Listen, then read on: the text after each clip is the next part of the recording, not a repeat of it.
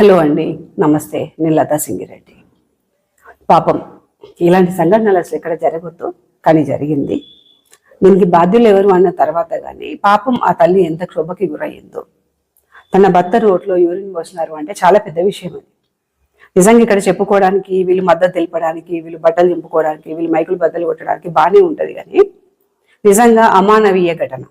ఇంకెక్కడ ఇలాంటి ఘటనలు పునరావృతం కాకుండా చూసుకోవాల్సిన బాధ్యత నిజంగా ప్రభుత్వానిదే, పోలీస్ వ్యవస్థది. నల్గొండ జిల్లాలోని ఏదో ఊర్లో, ఇంకా పాపం వాళ్ళ ఊరు, వాళ్ళ పేరు ఇదంతా చెప్పి వాళ్ళని ఇబ్బంది పెట్టడం వద్దు. ఒక సర్పంచ్ అభ్యర్థి పైన సర్పంచ్గా నామినేషన్ వేయడానికి వెళ్తున్నటువంటి ఒక ఆవిడ హస్బెండ్ ని కిడ్నాప్ చేసి ఆయన నోట్లో యూరిన్ పోస్తున్నారట. ఈ వార్తలో నిజం ఎంత అన్నది నాకు తెలీదు. నిజంగా ఇలాంటి సంఘటన జరిగితే గనక అయితే నిజంగా అది బాధాకరమైన విషయం. నిజంగా ఇది చాలా బాధపడవలసిన విషయమే. మనకే ఇట్లుంది అంటే పాపం భార్య స్థానంలో ఉన్నటువంటి ఆ అమ్మాయి పరిస్థితి ఏందో. ఇలాంటి రోజు ఒకటి వస్తుంది అని నేను డేవల్ నుండి మొత్తుకుంటూ ఉన్నాను. మైక్ ఉంది కదా అని చెప్పి ఓ మీటింగ్ పెట్టి ఆ మీటింగ్లో ఏదేదో వాగుతూ ఆయనకి హైప్ రావడం కోసం అని చెప్పి అది ఇది రెడ్లు ఈ నుంచి వచ్చిండ్రు, రెడ్ల నుంచి వచ్చిండ్రు. ఆయనకి రెడ్లను తిట్టే హక్కు ఎక్కడిది? ఫస్ట్ సరే తిట్టిండు, తిట్టినోడివి వాడెవడో నీకు మెసేజ్ చేసిండు అన్నావు కదా, వాడి మెసేజ్ ఏదో చూపించి, వాడి మొహం చూపించి, అవసరమైతే వాడి అడ్రస్ దొరకబట్టుకొని ఇంటికి వెళ్ళి 4 తన్ని రావాలి. నువ్వు స్టేజ్ పైన ఇంతమంది చూస్తుండగా ఆ స్టేజ్ పైన మైకులు బద్దలయ్యేటట్టు, స్టేజ్ మొత్తం హడలిపోయేటట్టు వాళ్ళందరినీ రెచ్చగొట్టుకుంటూ, యువకులందరినీ రెచ్చగొట్టుకుంటూ రెడ్ల నోర్లలో పోస్తా అంటివి. ఆ రోజే చెప్పిన వాడు ఎప్పుడైతే ప్రెస్ మీట్ పెట్టి రెడ్ల నోర్లలో పోస్తా అని మాట్లాడిండో ఆ రోజే నేను చెప్పిన క్లియర్గా, రెచ్చగొడుతున్నాడు అని. అయినప్పటికీ వాడెవడో రెచ్చిపోవడం తప్పు, కానీ రెచ్చిపోయింది ఎవరు? రెడ్లు రెచ్చిపోయినారా? వాడెవడో రెచ్చగొట్టిండు స్టేజ్ మీద. మీ బీసీలలో ఒక దుష్టుడు ఉండి ఇట్లా జడగొడుతున్నట్టు రెడ్లలో కూడా దుష్టులు ఉంటారు కదా. అట్లనే ఒక పోరాడు యంగేజ్ అనుకుంటా నాకు తెలిసి నామినేషన్ వేయొద్దు అని చెప్పిండట. చెప్పే రైట్ ఎవరిది? ఇక్కడ ఎవరికైనా నామినేషన్ వేసుకునే హక్కు ఉంది. జనరల్ స్థానం, అది జనరల్ అంటేనే ఎవరైనా నామినేషన్ వేసుకోవచ్చు. సరే వేసిండు. ఒకవేళ వేస్తే మీకు ఇంట్రెస్ట్ లేకపోతే వద్దు అనుకుంటే కూర్చోబెట్టి చెప్పాలా. తమ్మి అట్లా కాదు, మీ బీసీల రిజర్వేషన్ బీసీలకు ఉంది, ఎస్సీల రిజర్వేషన్ ఎస్సీలకు ఉంది, జనరల్ స్థానంలో మాకు ఒకసారి అవకాశం ఇవ్వండి అని కూర్చోబెట్టి మాట్లాడాలి. సరే వినలేదు, వాళ్ళకి ఏం గొడవ అయ్యిందో, కిడ్నాప్ చేసిండంట, తీసుకెళ్ళిండట, నోట్లో పోసిండంట. ఈ పోసిండా లేదా అన్నది నిజంగా అది వాస్తవమా కాదా అన్నది ఎవరికి తెలియదు. ఎంతసేపు వీళ్ళు ఏం మాట్లాడుతున్నారు? తీసుకెళ్ళిండు, ఇదిగోండి ఆయన వైఫ్ అని చెప్పి ఆవిడతో మాట్లాడిస్తున్నారు, ఆయన నోట్లో పోసిండు అని చెప్పి క్లిప్పింగ్లు అవి చూపిస్తూ ఉన్నారు. నిజంగా ఈ సంఘటన జరిగిందా? లేదు అంటే వీళ్ళకి హైప్ రావడం కోసం అని చెప్పి వీళ్ళందరూ వెళ్ళి అక్కడికి వెళ్ళి నాటకాలు ఆడుతున్నారు. ఒకవేళ జరిగితే వీళ్ళందరూ ఇంతమంది ఉన్నారు కదా, ఇంత సైన్యం ఉంది కదా, వెళ్ళి ఆయన ఎందుకు కూర్చోబెట్టి ఆయనతో ఎందుకు ఇంటర్వ్యూ తీసుకోవట్లేదు, నువ్వు ఎందుకు పోయాల్సిన అవసరం ఏమొచ్చింది, నువ్వు కిడ్నాప్ చేయాల్సిన అవసరం ఏమొచ్చింది అని ఎందుకు అడుగుతలేరు? ఇక్కడ ఈ బాధితుడిని పట్టించుకునే వాళ్ళు లేరు.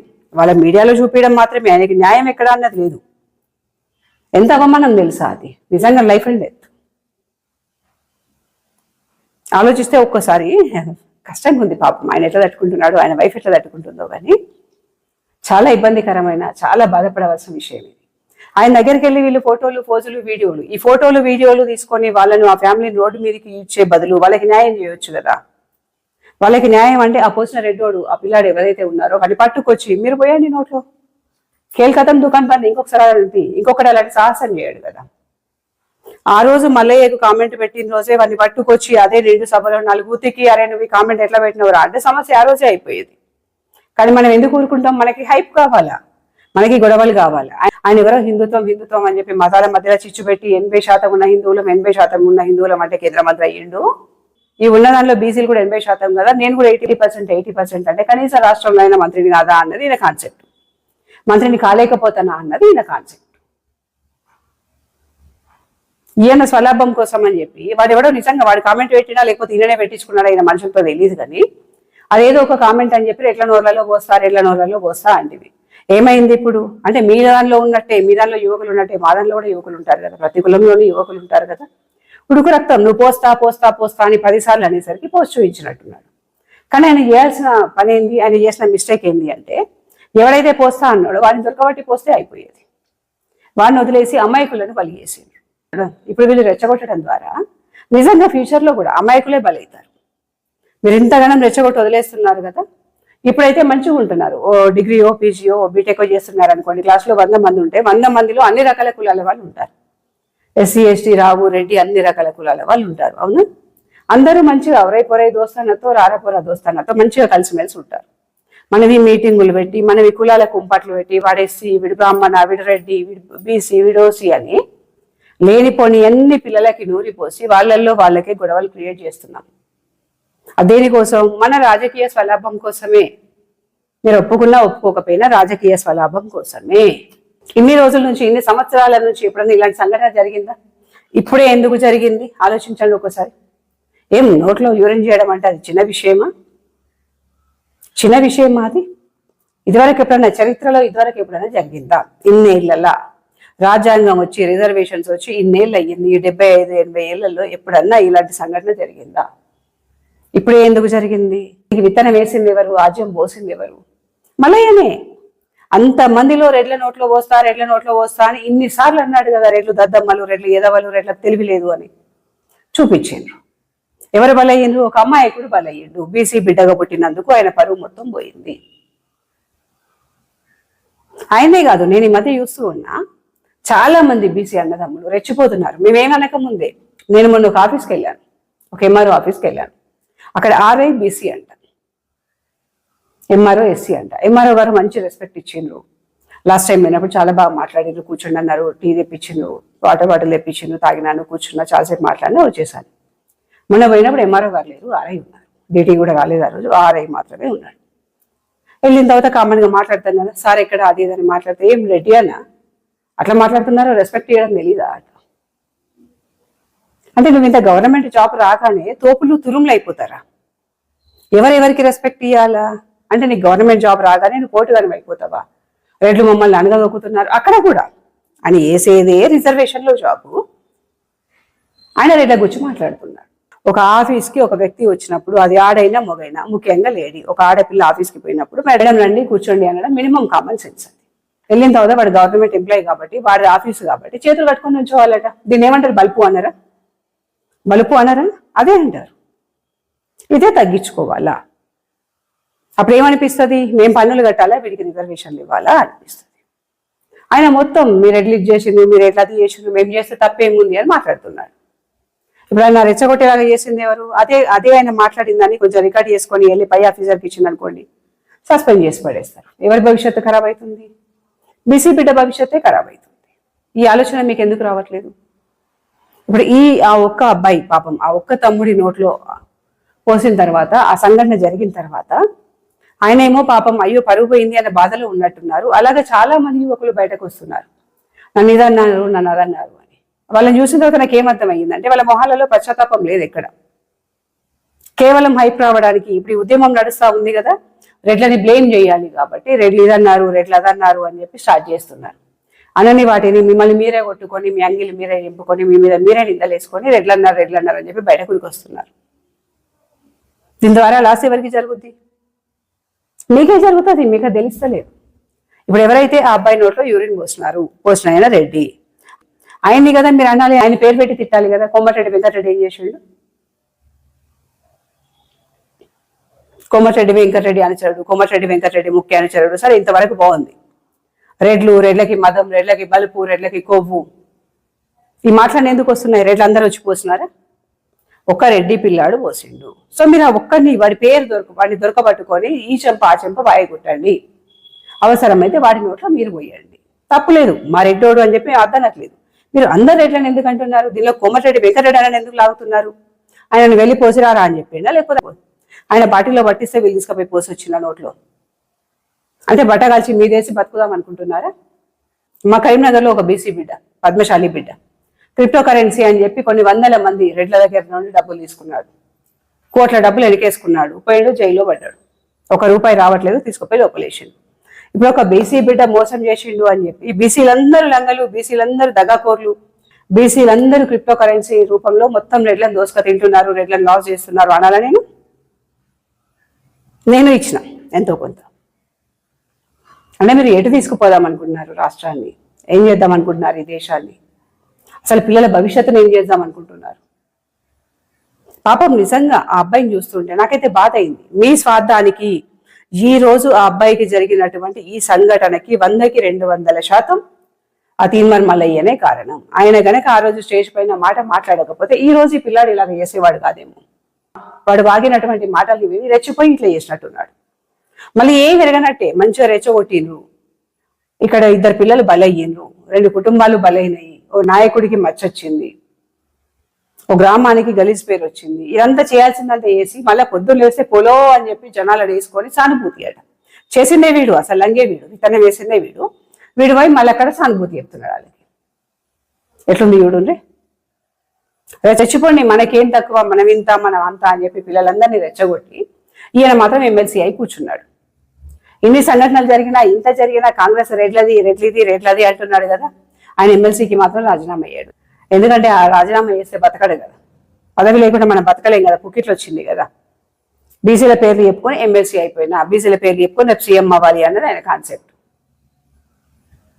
ఇలాంటి చేతిలో కనుక రాష్ట్రాన్ని పెట్టామనుకోండి సర్వనాశనం అవుతుంది. రేట్లు దోసుకుంటున్నారు అంటున్నారు. సరే, రేట్లు 100 రూపాయలు దోసుకుంటే దాంట్లో 10 రూపాయలన్నా జనాలకు పెడుతున్నారు. ఇలాంటి వాళ్ళ చేతిలో పెడితే 100 రూపాయలు దోసుకొని 100 రూపాయలు దాచుకుంటాడు. జనాల బతుకు ఆగమవుతుంది.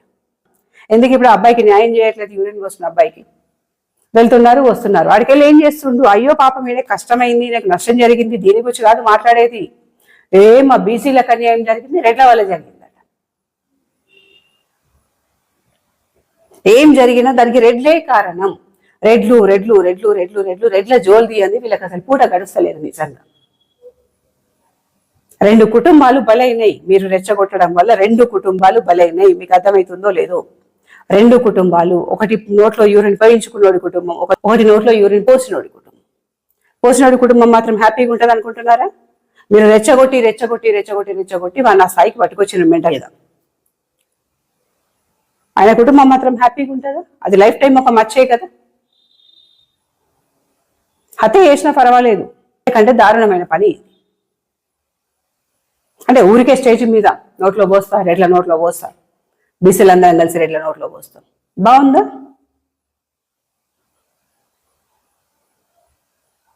ఈ రోజు జరిగినటువంటి నల్గొండలో జరిగినటువంటి ఈ సంఘటనకి 100కి 100% తీన్మార్ మల్లయ్యనే కారణం. ఆయన రెచ్చగొట్టుడు మాటలే కారణం.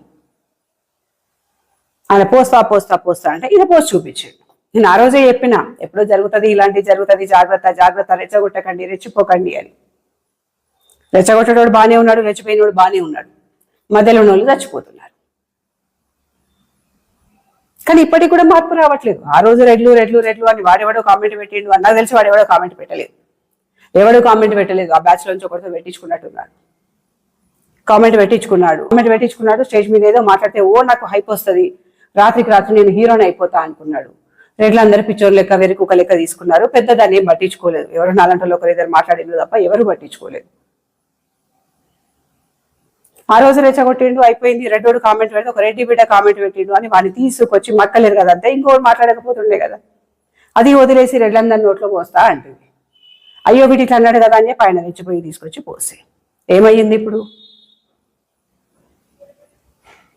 ఇప్పటికైనా ఇలాంటి మాటలు, రెచ్చగొట్టే వ్యాఖ్యానాలు మానేయండి. జనాలను రెచ్చగొట్టి పబ్బం గడుపుకోవడం మానేయండి. ఈసారి ఆయన నోట్లో అయ్యింది, నువ్వు ఇంకొకసారి ఇట్లే రెడ్లు అంటే నిజంగా నిన్నే దొరకబట్టి పోస్తారు. ఇప్పుడు కూడా జరిగిన సంఘటన 2 మనుషుల మధ్య జరిగింది. ఎలక్షన్స్, నామినేషన్స్, విత్డ్రాస్, అది వేరే వాళ్ళ గ్రామానికి సంబంధించిన విషయం ఇది. దీన్ని తీసుకొచ్చి మొత్తం రెడ్లందరూ ఇంతే, రెడ్లందరూ అంతే అని ఇంకా కూడా నోరు లేస్తూనే ఉంది. రెడ్లని ఒక రెడ్డి పోసిండు. వాడి ఇల్లు ఎక్కడా, వాడి అయ్యవి ఎక్కడా, వాడి పిల్లలు ఎక్కడా, వాడెక్కడున్నాడు? వాడిని దొరకబట్టి తీసుకొచ్చేందుకు మీరు తన్నట్లేదు. రెడ్లు అంటే తెలంగాణలో ఉన్న రెడ్లందరూ పోయి అరే పోరా నువ్వు పోయిపోరా అన్నారా? లేకపోతే వాళ్ళందరూ కలిసి ట్యాంకర్లో పట్టిస్తే తీసుకుపోయి పోసొచ్చిండా? రెడ్లకి ఏం సంబంధం? ఇక్కడికి వచ్చేసరికి మళ్ళీ రెడ్లు. నేను ఇప్పుడే 2 ఎగ్జాంపుల్ చెప్పిన. ఎంఆర్ఓ ఆఫీస్ లో ఉన్నటువంటి ఆర్ఐ బీసీ గురించి మాట్లాడిన, కరీంనగర్ లో క్రిప్టో కరెన్సీ రూపంలో లాస్ చేసినటువంటి బీసీ బిడ్డ గురించి మాట్లాడిన. ఇప్పుడు 2 బీసీ బిడ్డలు చేసిండ్రు కాబట్టి బీసీలందరూ లంగలే, బీసీలందరూ దొంగలే అనాలా? నేను అంటున్నాము.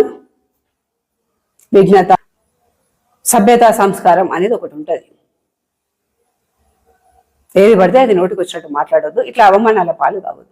ఇప్పటికైనా దయచేసి మీ బతుకులు మీరు బతకండి, బీసీ బిడ్డల బతుకులను ఆగం చేయకండి. వాళ్ళు అమాయకులు, మీరు చెప్పే కళ్ళబుల్లి కబుర్లను నమ్మి వాళ్ళ జీవితాలను బలి చేసుకుంటున్నారు. రేపు పొద్దున గనక ఒకవేళ ఆ నోట్లో యూరిన్ పోయించుకున్నటువంటి అబ్బాయే గనక ఏ ఆత్మహత్యను చేసుకుంటే ఖచ్చితంగా ఆ పాపం మీకే తగులుతుంది. రెడ్లకి తలగదు, పోస్టారెడ్డి బిడ్డకు కూడా తలగదు, రెచ్చగొట్టినోడికే తగులుతుంది. నిజంగా ఎల్లమ్మగూడెంలో సందీప్ రెడ్డి పోస్టిండా లేదా అన్నది ఇక్కడున్న మీకు నాకు తెలియదు కదా, అక్కడి ప్రజలే తీర్పు చెప్తారు అనుకున్నాం. ఇదిగోండి ప్రజలు తీర్పు చెప్పినారు. వాణి సందీప్ రెడ్డి మంచి మెజారిటీతో గెలిచింది. నిజంగా బీసీ బిడ్డ నోట్లో గనక పోస్తే ఊరోళ్ళందరూ ఎందుకు ఓట్లేస్తారు? వెయ్యరు కదా. దీన్ని బట్టి మనకేమర్థమైంది? నోట్లో యూరిన్ చేయడం అన్నది ఒక అబద్ధం. కేవలం బీసీ బిడ్డని వాడుకొని ఇదే రైట్ టైం అనుకొని సందీప్ రెడ్డి పైన ఒక నిందేశారు. అది అబద్ధం అని చెప్పి ఎల్లమ్మగూడెం ప్రజలందరూ నిరూపించారు. సరిపోయిందా? ఇప్పుడు ఆ బీసీ బిడ్డ ఓటమికి, ఆ ఆడబిడ్డ ఏడుపుకి ఖచ్చితంగా మన తీన్మార్ మల్లయ్య పటేల్, తొలి వెలుగు రఘువునే 100కి 200% కారణమవుతారు. ఎందుకంటే ఆ ఆడబిడ్డను రోడ్డు మీదకి తీసుకొచ్చేయాల్సింది వీళ్ళే. అవునా? చెయ్యని తప్పుకి పాపం అనవసరంగా వాళ్ళని బలి చేసింది వీళ్ళిద్దరే. ఈ రోజు బీసీ బిడ్డ ఓటమికి, సందీప్ రెడ్డి గెలవడానికి 100కి 200% వీళ్ళిద్దరే కారణం. దయచేసి ఇప్పటికైనా బీసీ బిడ్డల జీవితాలను బలి చేయకండి, మా మీద అడ్డమైన నిందలు వేయకండి. ఇప్పటి వరకు ఎప్పుడూ జరగని అవమానం నువ్వు రెచ్చగొట్టడం వల్లనే, నీ మాటల వల్లనే జరిగింది అని చెప్పి నలుగురికి బయటకు పంపించండి. మరి ఇంకొకటి అట్లా బెదిరియాడు. పోటీ చేయండి, పోటీ చేయొద్దు అని ఎవరు అన్నారు? పోటీ చేయండి. ఒకవేళ వాళ్ళు మిమ్మల్ని ఇబ్బంది పెడితే కంప్లైంట్ చేసి పోలీస్ ప్రొటెక్షన్ తోటి రండి, లేదు అంటే కూర్చొని మాట్లాడుకోండి. ఇన్ని రోజుల్లో ఎప్పుడు పోటీ చేయొద్దు అని అడగని వాళ్ళు ఇప్పుడు ఎందుకు పోటీ చేయొద్దు అన్నారు మిమ్మల్ని? ఇది వరకు జనరల్ స్థానంలో బీసీలు ఎవరు పోటీ చేయలేదు అని నేను చూపిస్తాను. నా ఊర్లో కూడా జనరల్ స్థానంలో బీసీతో పోటీ చేయించినాం. తప్పేముంది దానిలో? ఎవరికి ఇంట్రెస్ట్ ఉంటే వాళ్ళు చేస్తారు. ఒకవేళ వద్దు అంటే అక్కడ ఈక్వేషన్స్ ఏందో మీరు పెద్ద మనుషుల సమక్షంలో కూర్చొని మాట్లాడుకోండి. అనవసరంగా చిన్న చిన్న వాటికి కులాల మధ్య కుంపట్లు పెట్టి బతకకండి. మళ్ళీ చెప్తున్నా, నల్గొండలో జరిగినటువంటి సంఘటనకి అక్కడ అన్న మీ పేరు నాకు అర్థం కాలేదు, ఇదిగోండి మీ కామెంట్ నేను పైన పెడుతున్నాను, మీరే చెప్పినారు కదా, దీనిపైన స్పందించండి అమ్మా అని ఏమంటున్నారు? ఈ 3 days నుండి వచ్చిన కామెంట్స్ ఏంది? అమ్మ ఇక్కడ ఇన్ని నీతులు చెప్తున్నారు కదా, ఒక రెడ్ అయిన పోయి నోట్లో పోసిండట, నోట్లో యూరిన్ వేయచ్చా అమ్మ, దాని గురించి స్పందించండి. రిజర్వేషన్ల గురించి తర్వాత స్పందించారు, దాని గురించి స్పందించండి. రాజకీయాల తర్వాత అమ్మ నోట్లో యూరిన్ పోసినట్ట, దాని గురించి స్పందించండి అనేది కామెంట్. అమ్మ జరిగిన అవమానానికి నేను కూడా చాలా బాధపడుతున్నా. జరిగింది అసలు ఇలాంటి సంఘటనలు జరుగుతాయి అని అనుకోలేదు. ఇక మీద ఎప్పుడు జరగొద్దు కూడా, చాలా పెద్ద తప్పిదం అది. కానీ ఈ సంఘటనకి 100కి 200% తీన్మార్ మల్లయ్యనే కారణం, రెచ్చగొట్టినోడే కారణం. నేను రెడ్ల నోట్లో పోస్తా, రెడ్ల నోట్లో పోస్తా, రెడ్ల నోట్లో పోస్తా అంటే రెడ్లు ఇచ్చిన పన్నులతో వచ్చినటువంటి రిజర్వేషన్లని తింటారు.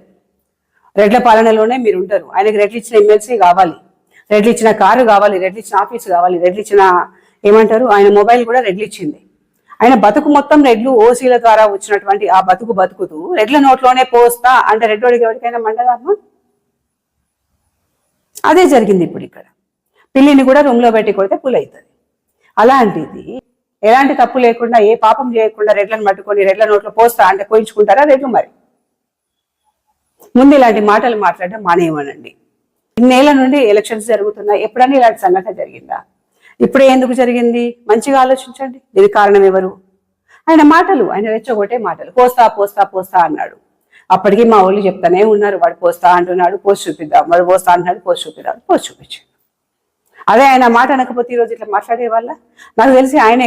ఈ పిల్లాడు కూడా ఆయన మాయలో పడి ఏదో అలాంటి మాటలు మాట్లాడి ఉంటాడు, రెచ్చగొట్టే వ్యాఖ్యలు చేసి ఉంటాడు, అందుకే అట్లా జరిగి ఉంటుంది. ఆమె తక్కువ చెప్తుంది పాపం, వాళ్ళ ఆవిడ చాలా తక్కువ మాట్లాడుతుంది. లేదు ఇట్లా ఇట్లా అని ఆమె చెప్తే ఆమె చెప్పే ఛాన్స్ ఇవ్వట్లేదు. దాన్ని ఎడిటింగ్లు చేసి ఇంత పొడుగు శాంతాడంత చేసి వీళ్ళ రాజకీయాలకి వాడుకుంటున్నారు, వీళ్ళ ఛానళ్ళకి హైప్ రావడానికి వాడుకుంటున్నారు. గమనించండి, వాళ్ళ వీడియోలు ఎక్కడెక్కడ రిలీజ్ అవుతున్నాయి? అన్ని బీసీ మీడియాలోనే రిలీజ్ అవుతున్నాయి. ఆ తొలి వెలుగు రఘు అట, ఇటు వస్తే ఈయనట, క్యూ న్యూస్ అట, ఈ తీన్మార్ మల్లయ్య, ఇంకా ఇట్లా చెప్పుకుంటూ పోతే అన్ని బీసీ ఛానల్స్లోనే వస్తున్నాయి. ఆమె తక్కువ మాట్లాడుతుంది, వీళ్ళు ఎక్కువ మాట్లాడుతున్నారు. అక్కడ ఒక 4-5 ముఖాలు కనిపిస్తున్నాయి, వాళ్ళు మాత్రమే మాట్లాడుతున్నారు, వీళ్ళ బ్యాచ్ మాత్రమే మాట్లాడుతుంది. అంటే ఆ బిడ్డకు వచ్చిన కష్టము వీళ్ళకి హైప్ వచ్చేలాగా వాడుకుంటున్నారు. అక్కడ జరిగింది ఇంత అయితే దాన్ని ఇంత పొడుగు చేసి వీళ్ళు మీడియాలో చూపిస్తున్నారు. అట్లా చూపించడం ద్వారా ఏమవుతుంది? రెడ్ల పరుగు పోతుందా? ఆ బీసీ బిడ్డ పరివే కదా పోతుంది. మీ ఛానల్కి రేపు హైప్ తెచ్చుకోవచ్చు, మీరు రేపు డబ్బులు సంపాదించుకోవచ్చు, రేపు మీరు పదవులు సంపాదించుకోవచ్చు, సీఎంలు అవ్వచ్చు, పిఎం అవ్వచ్చు. పోయినటువంటి ఆ బీసీ బిడ్డ పరువు తిరిగి వస్తుందా? అంటే మీకు ఎవరి పరువుతో సంబంధం లేదు, ఎవరి ఆత్మాభిమానంతో సంబంధం లేదు, ఎవరి ఆత్మ గౌరవంతో సంబంధం లేదు, ఆడబిడ్డ మంగళసూత్రంతో మీకు పని లేదు. మీకు కావాల్సింది ఏంది? మీ ఛానళ్ళకి హైప్ రావాలా, మీకు పదవులు కావాలా, మీరు రెడ్ల మీద పడి ఏడవాలా. దానికోసమే ఈ ప్రయత్నము. మళ్ళీ చెప్తున్నా, మొన్న జరిగినటువంటి ఆ సంఘటనకి మనం ఖచ్చితమైన బాధ్యత చింతపండు నవ్విందే. ఆయన అట్లా మాట్లాడి ఉండకపోతే ఈ ఆలోచనే వచ్చేది కాదు కావచ్చు, కాదా? ఏదేమైనప్పటికీ జరిగింది చాలా బాధాకరమైన సంఘటన. ఇప్పటికైనా ఇలాంటి ఎదవల నోర్లు మూయించండి. ఇన్ని రోజులు ఎట్లయితే అన్నదమ్ముల్లాగా ఎలాంటి కులాల పట్టింపు లేకుండా మంచిగా ప్రశాంతంగా ఉన్నామో అట్లనే ఉందాం. వీళ్ళ రాజకీయ స్వలాభం కోసం అని చెప్పి యూత్ని రెచ్చగొడుతున్నారు, కులాల కుంపట్లు పెట్టి వాళ్ళు చదివాచుకుంటున్నారు. ఇలాంటి వాళ్ళకి, అవకాశవాదులకి అవకాశం ఇవ్వకండి. రెచ్చిపోయే రెడ్డి బిడ్డలకి మేము కూడా బుద్ధి చెప్పుకుంటాం. కోమటిరెడ్డి వెంకటరెడ్డి అన్న గురించి అన్ని మాటలు మాట్లాడుతున్నారు కదా, అదే ఫ్యామిలీ, అదే వెంకటరెడ్డి వాళ్ళ మరదలు రాజగోపాల్ రెడ్డి ఉన్నారు కదా, కోమటిరెడ్డి రాజగోపాల్ రెడ్డి అన్న, ఆయన వైఫ్ కానీ వెంకటరెడ్డి అన్న వాళ్ళ ఫ్యామిలీ కానీ ఎంతమందికి హార్ట్ సర్జరీ చేయించినారు, ఎంతమంది అనాథల్ని ఆదుకున్నారు. వాళ్ళు ఆదుకున్నప్పుడు ఎప్పుడైనా బీసీలు, ఎస్సీలు, ఎస్టీలు అని చూసినారా? వాళ్ళ దగ్గరికి ఒక సమస్య ఉంది అని ఎవరైనా పోతే ఇమీడియట్ గా స్పందిస్తారు. నాకు అందరి గురించి తెలియదు కానీ లక్ష్మీ వదిన మాత్రం ఎవరికి ఏ సమస్య వచ్చినా కూడా ఇమీడియట్ గా స్పందిస్తుంది. ఒకసారి ఆవిడ గురించి తెలుసుకోండి. వీళ్ళెవరో వాళ్ళ పేర్లు చెప్పుకొని వాడుకుంటున్నారేమో, వాళ్ళ పేర్లు చెప్పుకొని పబ్బం గడుపుకుంటున్నారేమో కానీ ఆ ఫ్యామిలీ అయితే అలాంటి ఫ్యామిలీ కాదు నాకు తెలిసినంత వరకు. అనవసరంగా వాళ్ళని రోడ్డుకు లాగుదామని, వీళ్ళకి హైప్ తెచ్చుకోవడానికి అని చెప్పి వాళ్ళని రోడ్డుకు లాగుతూ అనవసరంగా మీకు వచ్చే వాటిని కూడా రాకుండా చేసుకోకండి. లోకల్లో ఉండే వాళ్ళందరికీ తెలుసు, నల్గొండలో వాళ్ళ పాలనలో వాళ్ళ కాన్స్టిట్యున్సీలో ఉండే వాళ్ళందరికీ కోమటిరెడ్డి ఫ్యామిలీ ఏంది, వాళ్ళు ఎంతమందికి హెల్ప్ చేస్తారు, వాళ్ళ కుటుంబ నేపథ్యం ఏంది, వాళ్ళు హెల్ప్ చేసేటప్పుడు బీసీ బిడ్డలు, ఎస్సీ బిడ్డలు, ఎస్టీ బిడ్డలు అని చూస్తారా లేదా అందరికీ హెల్ప్ చేస్తారా అన్నది మీరు ఒకసారి ఎంక్వైరీ చేసి కనుక్కోండి, తెలుస్తుంది. ఆమె ఫౌండేషన్ ద్వారా ఇప్పటికీ కొన్ని వేల మందికి హెల్ప్ చేసింది. అలాంటి వాళ్ళపైన అనవసరంగా వీళ్ళ రాజకీయాల కోసం అని చెప్పి బురద చల్లి అలాంటి మంచి మనుషులను మీకు దూరం చేసుకోకండి. Thank you.